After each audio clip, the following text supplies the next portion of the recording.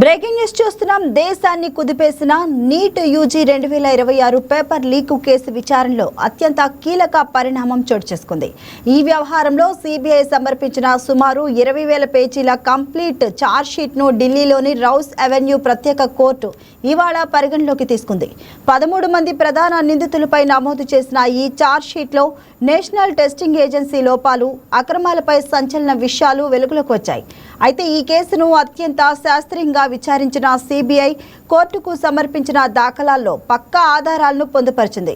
దాదాపు 20,000 పేజీల charge sheet తో పాటు 360 మంది సాక్షుల వాంగ్మూలాలు, 422 కీలక పత్రాలు, 43 డిజిటల్ ఫిజికల్ ఎవిడెన్స్లను సిబిఐ కోర్టు ముందుంచింది. అయితే నిందితులు ఒక్కో పేపర్ను 10 లక్షల నుంచి 15 లక్షల మేర వసూలు చేసినట్లు అభియోగాలు ఉన్నాయి.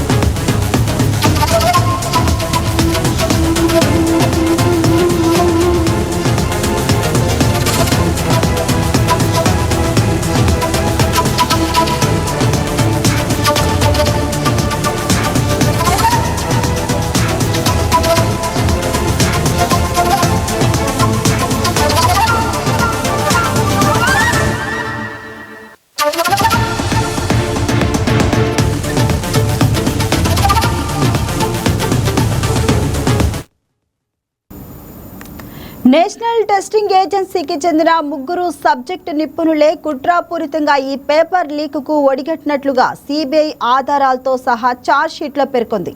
ఈ మేరకు లీకేజీ ముఠా నిర్వాహకులు, మీడియేటర్లు, ఎన్టీఏ నిపుణులతో కలిపి మొత్తం 13 మందిని ప్రధాన నిందితులుగా చేర్చారు. ఈ కేసులో నిందితులపై ఆరోపణలు నమోదు అంశంపై రేపు రౌస్ అవెన్యూ కోర్టులో కీలక వాదనలు జరగనున్నాయి. సిబిఐ తరపు న్యాయవాదులు నిందితుల పాత్రను వివరించనుండగా అనంతరం విచారణ వేగవంతమయ్యే అవకాశం ఉంది. మరోవైపు లీకేజీకి బాధ్యులైన వారిపై కఠిన చర్యలు తీసుకోవాలని విద్యార్థులు, తల్లిదండ్రులు డిమాండ్ చేస్తున్నారు. దీనిపై మరింత సమాచారాన్ని మా ఇన్పుట్ ఎడిటర్ శ్రీనివాస్ అందిస్తారు.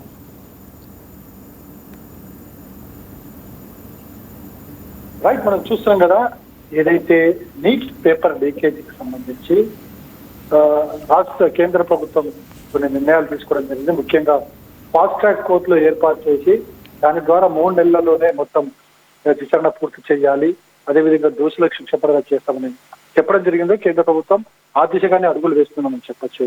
ఎందుకంటే నీట్ కి సంబంధించి పేపర్ లీకేజీ మీద కేంద్ర ప్రభుత్వం సిబిఐ విచారణకు ఆదేశించిన సంగతి మనకు తెలిసిందే. అయితే సిబిఐ కూడా తన విచారణ పూర్తి చేసి 20,000 పేజీల మొత్తం ఛార్జ్ షీట్ ను కోర్టు ముందు ఉంచడం జరిగింది. దాంట్లో మనం ముందు నుంచి కూడా వస్తున్న ఆరోపణలు ఏవైతే ఉన్నాయో ఇందులో మనకి సంబంధించి నేషనల్ టెస్టింగ్ ఏజెన్సీ మీద ఎక్కువగా అనుమానాలు రావడం జరిగింది. గతంలో కూడా ఇవే అనుమానాలు రావడం జరిగింది. ఇప్పుడు కూడా అవే అనుమానాలు రావడంతో మొత్తం సిబిఐ మొత్తం లోపలికి వెళ్లి ఈ విచారణ జరపడంతో 3 నేషనల్ టెస్టింగ్ ఏజెన్సీ సంబంధించిన 3 నిపుణులు పూర్తి స్థాయిలో కుట్ర కారణంగా కూడా తేల్చడం జరిగింది.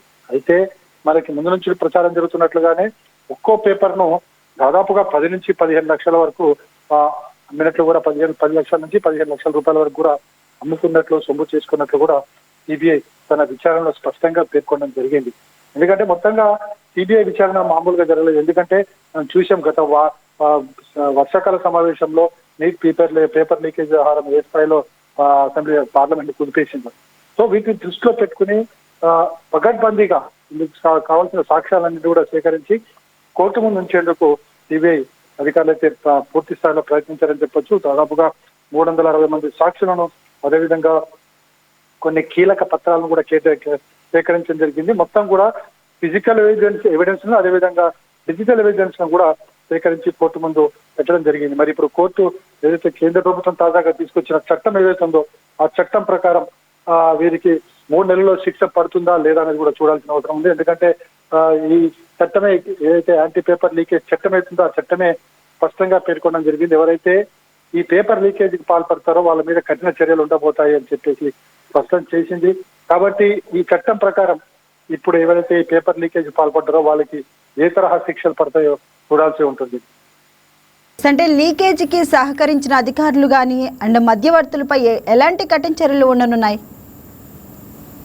ఇక్కడ మనకి ముందు నుంచి కూడా ఏదైతే ప్రశ్నపత్రం లీకేజ్ తర్వాత కొందరు అధికారులు కూడా సస్పెండ్ చేయడం జరిగింది. సస్పెండ్ చేయడమే కాదు, మనకి ఈ వర్షాకాల సమావేశాల సందర్భంగా సిజేపీ కావచ్చు, నీట్ బాధితులు కావచ్చు, వాళ్ళంతా కూడా ఆందోళన చేపట్టడం జరిగింది. అయితే అప్పుడే కేంద్ర మంత్రి రాజీనామా చేయడం జరిగింది. సో ఇవన్నింటినీ దృష్టిలో పెట్టుకుని కేంద్ర ప్రభుత్వం చట్టం తీసుకురావడం జరిగింది. చాలా కఠినమైన చట్టం అని చెప్పారు. సో అందులో బెయిల్ కి తార్కాణం లేని చట్టం కూడా తీసుకురావడం జరిగింది. 10 ఏళ్ల వరకు కూడా శిక్ష పడేలా ఈ చట్టాన్ని తీసుకురావడం జరిగింది. మరి ఒకవేళ కనుక ఈ శిక్ష ప్రూవ్ అయితే, ఈ కేసు కనుక ప్రూవ్ అయితే ఖచ్చితంగా వాళ్ళకి శిక్ష అనేది చాలా కఠినంగానే ఉండబోతుంది. కేవలం శిక్ష ఒకటే కాదు, జరిమానా కూడా ఉండబోతుంది. అది కూడా 50 లక్షల నుంచి 1 కోటి రూపాయలు ఉండొచ్చు అని చెప్పి కూడా చెప్తున్నారు. మరి అంత మించి కూడా ఉంటుంది అనేది కూడా చూడాలి. అయితే వన్స్ ఒకసారి శాఖాపరమైన చర్యలు అయితే ఆ అధికారుల మీద అయిపోయాయి. కానీ ఇప్పుడు చట్టపరమైన చర్యలు ఏ విధంగా ఉంటాయో చూడాల్సి ఉంటుంది.